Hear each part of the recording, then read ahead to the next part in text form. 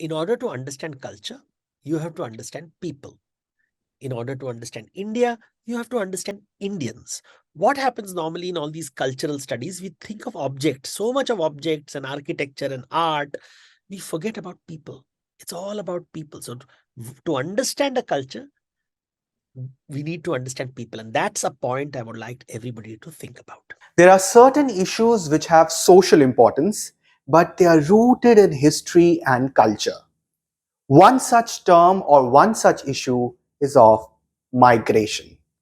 Hello everyone, I am Manas Srivastav and you are watching UPSC Essentials of the Indian Express, and we are back with our show Art and Culture with Devdutt Pattanaik, where Devdutt answers questions by aspirants. We break that questions into simpler parts, and remember, we are going to add some new segments to our show which will be helpful for your exams. So first of all, I would like to welcome Devdutt to yet another episode of his show, of our show, for every UPSC aspirant, Art and Culture with Devdutt Pattanaik.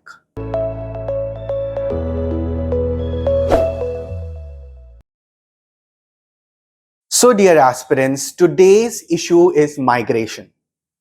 And as the format goes, let's start with this question by one of our aspirants who wants to ask Devdutt a general question on migration.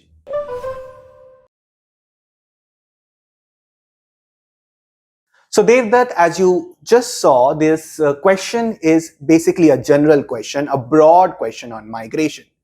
And now let's just start with the breaking up of this question into simpler parts.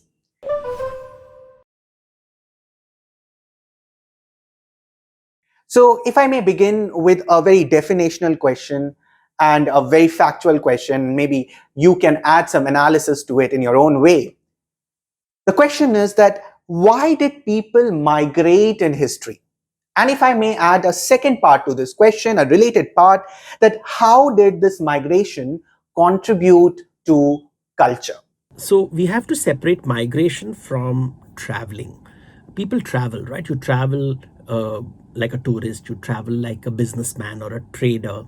So you travel to and fro. The monks travel around the world, pilgrims travel to tirth yatras, travelers travel to markets and come back. They always come back home. So that's not migration. Migration is when you create a new home. Either you move out of a land or into a land. Emigration is when you move out of a homeland and find a new homeland, and immigration is when you move into and find a homeland. So we know the Parsi community immigrated to India 500 years ago, maybe 1,000 years ago, from Iran to escape persecution from the Islamic forces in Iran. We know that Romanis and Gypsies emigrated out of India and went to Europe maybe 800 years ago. So these are the examples that we have. Why do people migrate? Reasons are twofold. One is they're looking for economic opportunities, so they move a land where there is economic opportunity for food, where they will get a better life. And the second reason is to avoid political persecution, some hostility, so they are taking political asylum. So you move out of a land. So Parsis moved out of Iran and came to India seeking political asylum to avoid a threat. So their migration was to avoid a threat. They immigrated to India to avoid a threat. Romanis probably moved out of India seeking different opportunities in different lands, and they were a nomadic people who eventually settled in the European region.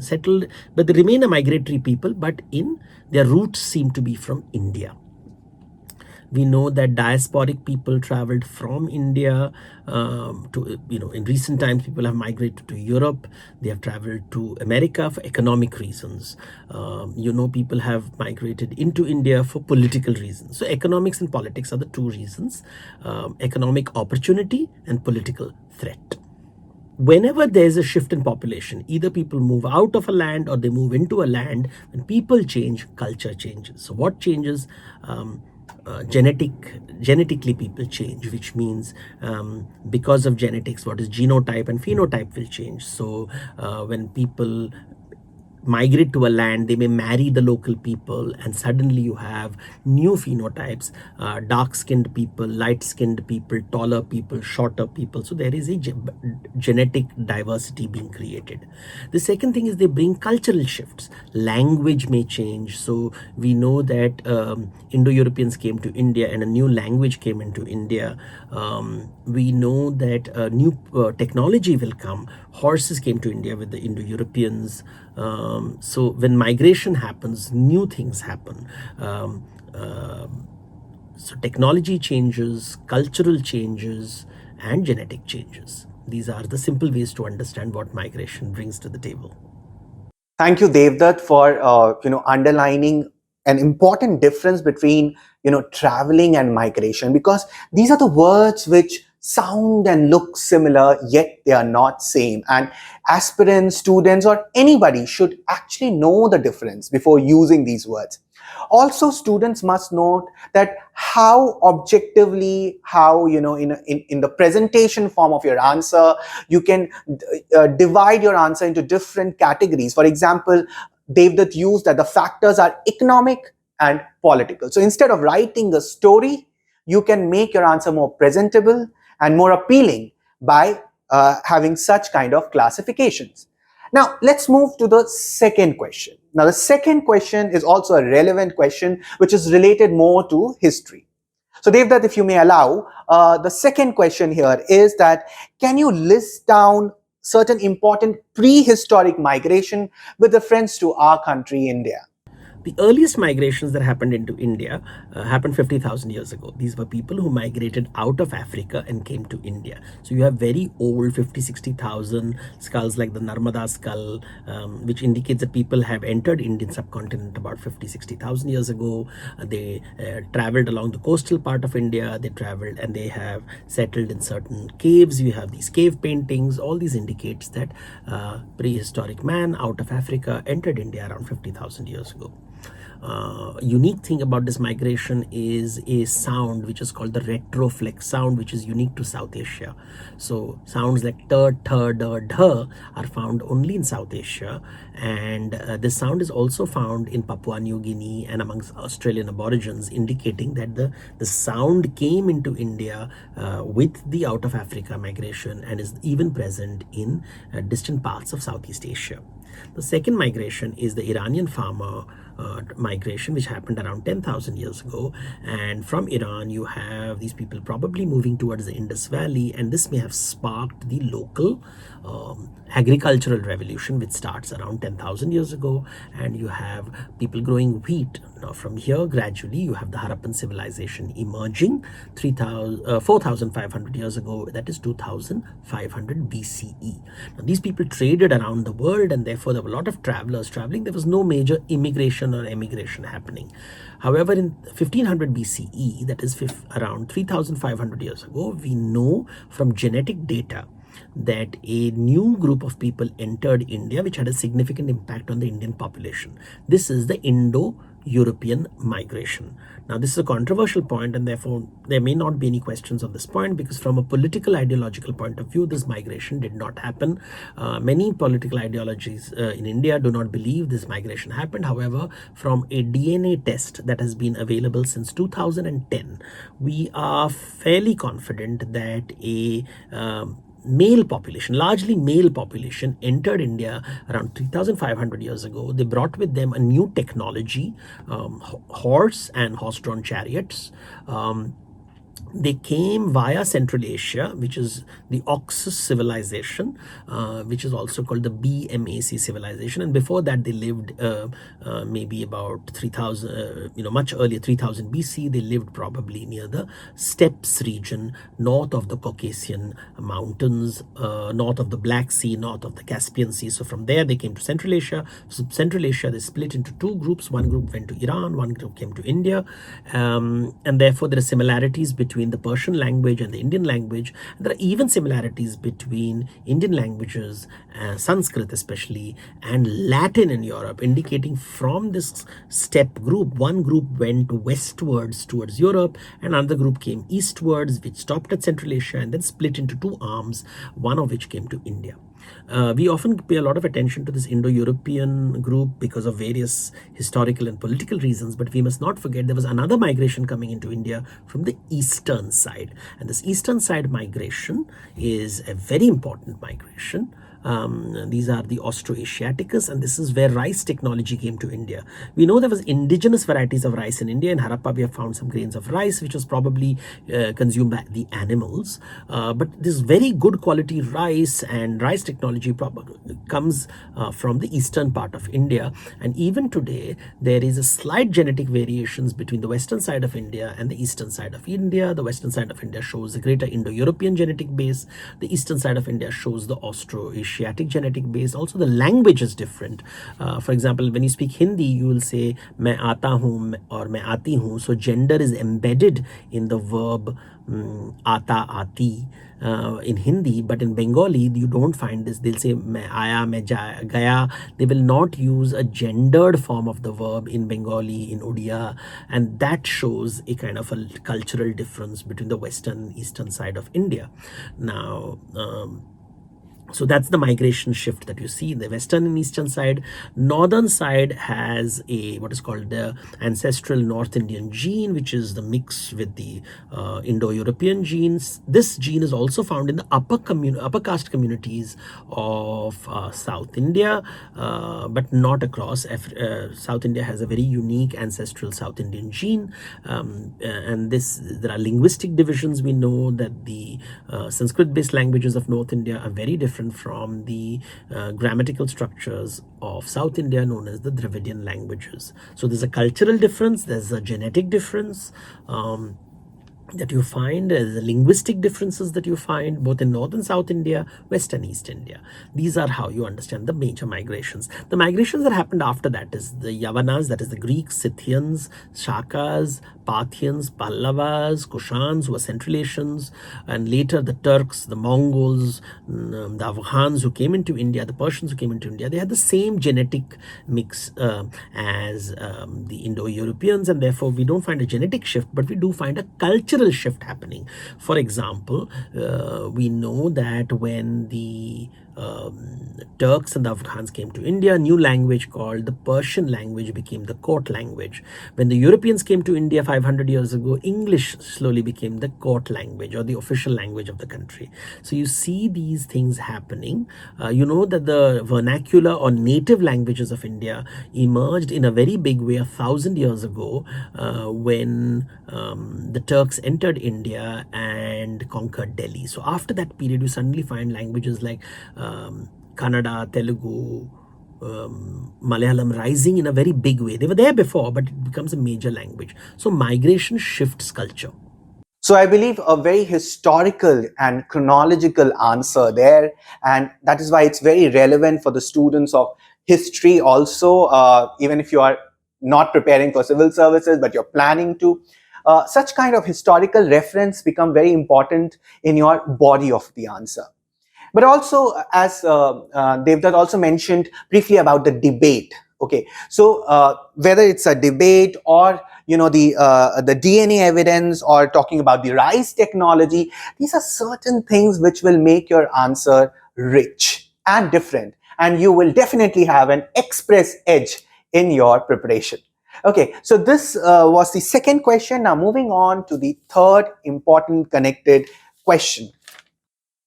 So Devdutt, there were many who left India to settle and find their homes elsewhere in the world.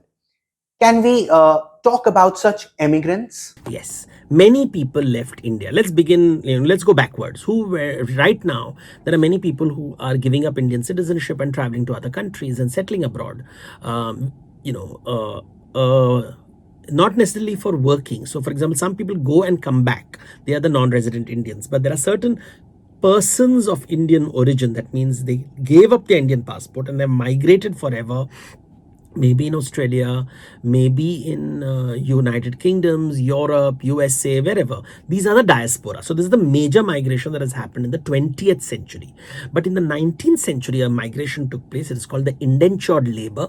And the indentured labor move happened because when slavery was abolished in Europe, they needed cheap labor in places like the Caribbean islands. And they asked very poor people in India that, we will pay for you to travel to a better land. For a few years, you will be given no salary. Maybe you'll work almost like slaves, but you'll pay for all the the cost of taking you there, and then you are free, and then you can set up your own business there and find a better life in another land. And so you have people from many parts of India, especially from Bihar, and Andhra Pradesh, traveling to the Caribbean islands, what is called West Indies. We use the word West Indies today. West India is not a country, it's a set of islands in the Caribbean. And these are the places where you'll find many indentured laborers. So they have traveled there. So that's another group. Who else has traveled out of India? We know that people have traveled, the Romani people or the Gypsies have Indian roots, and they have traveled out of India, maybe 500, maybe 1,000 years ago. They have a genetic link with India, and therefore there is a movement out of India. So you do find these migrations out of India. People often ask people that why did Indians not migrate as one of the reasons is because you see, India is a very rich, fertile land with river valleys. Wherever there is a river valley, there are civilizations. Egypt has only one river, the River Nile. When you talk of China, you talk of two major rivers, the Yellow River, the Mango River. When you talk of India, however, you talk of the Indus, you talk of the Ganga, you talk of Mahanadi, you talk of Godavari, Krishna, Kaveri. So many rivers which sustained large populations. There was no real reason to migrate out of India. Later there were cultural reasons that if you migrate out of India, so there was no real reason to migrate. People would leave. Even the traders stopped leaving India because of cultural reasons. They were told that you will lose your caste if you travel out of India. It is only in the 20th century that people started migrating out of India because these caste rules were abandoned and there were better economic opportunities seen abroad. So people migrate out of India mostly for economic reasons. And that's the main reason. Is India a safe place? Increasingly, some people say that people are migrating out of India for security reasons. They don't feel safe in India. And that's, of course, a controversial statement, but it could be asked in questions. So these are the reasons for emigrations. We have got the diasporic immigrations, you have the indentured labor emigration with the E, and then you have emigration of the Romani people who have traveled out of India. So these are the major migrations that you have. All right, then. So aspirants can probably list down all these reasons for emigration in Indian history. And just reminds me, if you can connect it to some latest news about immigration happening in recent times, so your history can be connected, your cultural history can be connected to the present times, and it makes more sense for a UPSC examination. Imagine you writing all those things in the conclusion of your answer. Well, now let's come to another question which is very relevant, not only from the perspective of history and culture, but also society in general. But since I said in the beginning that everything is rooted in culture and history, and I'm talking about the term internal migration. So, Devdutt, I'm sure students want to know about internal migration from your perspective. So internal migration is an important concept that we often forget. While we talk about India, India is a very large country. There is the Himalayas in the north, there are Deccan plateau in the middle, there are the coastal regions, and we do know that by and large, people came into India. People didn't leave India, relatively speaking. But within India, there has been a lot of migration. So internal migration is a conversation that we need to have. For example, we know that the north-south migrations are indicated by stories like Agastya Muni, Rishi Agastya Muni, traveling from north to India across the Vindhya mountains, making the Vindhya mountain bend. So there are these mythological stories of how the Vindhya mountain bowed to enable Agastya Muni to come from the north of India to the south of India. Then we have stories of Parshuram migrating and establishing lands like the region of the Konkan coast, the Kerala coast. That's again indicative of some kind of a migration. From the north to the south. Then you have stories of Krishna migrating from Mathura to Dwarka. Again, that is a migratory story. We have stories of the Jains migrating from the Magadhan region to Shravan Benagola, which is in Karnataka, and then there are stories of Jains migrating towards the Gujarat coast as traders during the Solanki dynasty in 10th century. So you have these migrations. So why did they migrate to Karnataka? Because there was a famine in Magadha around 2300 years ago. Why did they migrate out of Karnataka and Tamil Nadu? Because they were persecuted around 1000 years ago by the newly rising Bhakti Hindu movements in Tamil Nadu and Karnataka, and they started migrating out. So you have these stories of the Jain migrations. We know that weaver communities in India were invited by kings to different lands. So there is a internal migration of weaver communities.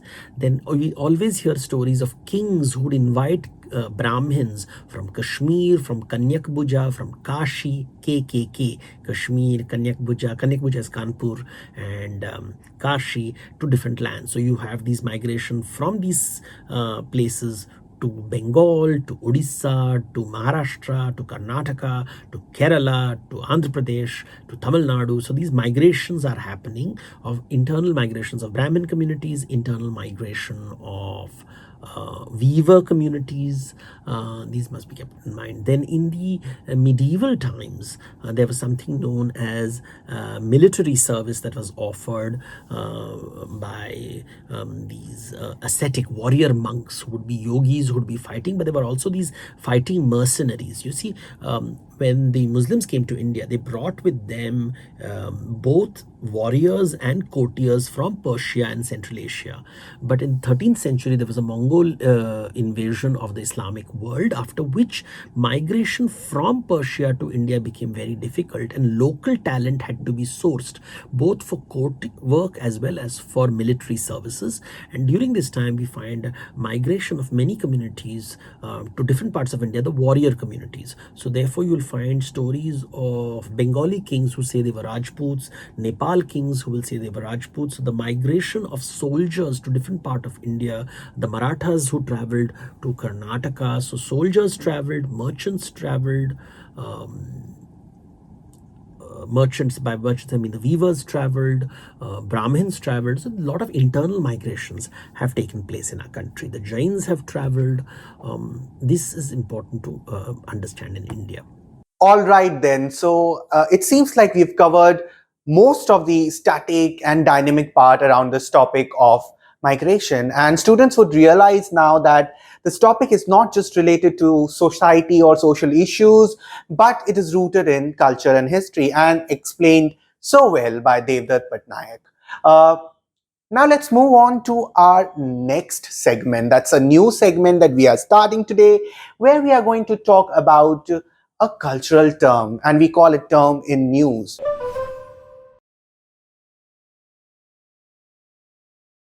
And ladies and gentlemen, boys and girls, today's term is, well, it's Siddhis. And I request Devdutt to explain what does this term mean. A question can be asked to people about how did Africans come to India? It's very important. While we talk of Europeans coming to India, while we talk of people from Northwest coming to India, the Turks, the Central Asians, even the Chinese coming from there, we hear of people coming from the eastern part of India. We often forget that many Africans came to India.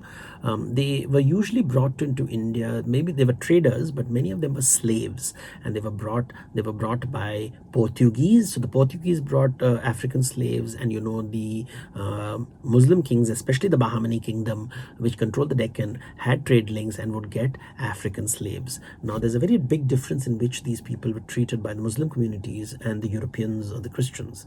The European Christians treated them like slaves, like really oppressed them, and you have stories of some of them being thrown into the sea to protect the sea from sinking during storms. You have stories of Portuguese people burying them with treasures in the hope that their ghost will protect the treasures till their descendants come.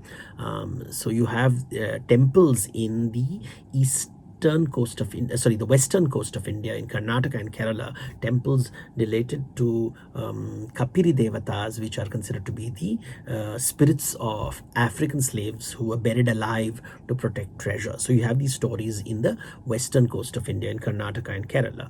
But we also know that the African slaves who were taken by the Muslim communities of India rose in ranks as courtiers. Some of them were raised as courtiers and aristocrats and were very well educated. The most famous man being Malik Ambar, and who lived in the Maratha kingdoms and was very respected by the people in the 17th century. Jahangir wanted to defeat him in battle and could not do so. And there is a very famous picture of Jahangir painting that he wants to kill Malik Ambar, but he can't. And Malik Ambar played a very important role in Maratha Mughal politics at that time. So he was of African descent. So there may be a question on Siddhis, and Siddhis were those who settled in India from Africa, and right now they're found in parts of Karnataka, parts of Gujarat, and they some of them practice Islam. They are considered to be low castes. Caste is always a controversial topic in India, but it's important to know a little bit about Siddhis. When you talk of IMA, Indian Institute of Management, Ahmedabad, the symbol comes from a Siddhi mosque, and the mosque that means was built by the Siddhi people, and it's important to remember the African roots of the Siddhi people. And they were very famous for their music, and African music, which comes in certain practices that they brought to India. So a few points on Siddhis is always important to have when you think about immigration in India. So this was the cultural term, or the term of the week. From term, let's move to news. So there are certain important news items with respect to culture, history, tradition, and art, which you should know for your examination point of view.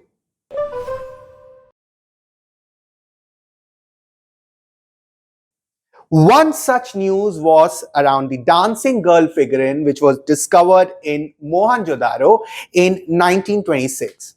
Recently, it found itself into some kind of controversy. Keeping the controversy aside, or the politics aside, let's understand from Devdutt something more relevant for your exam point of view around this topic of the dancing girl of Mohenjo-daro. The dancing girl of the Indus Valley civilization has been coming in the news recently.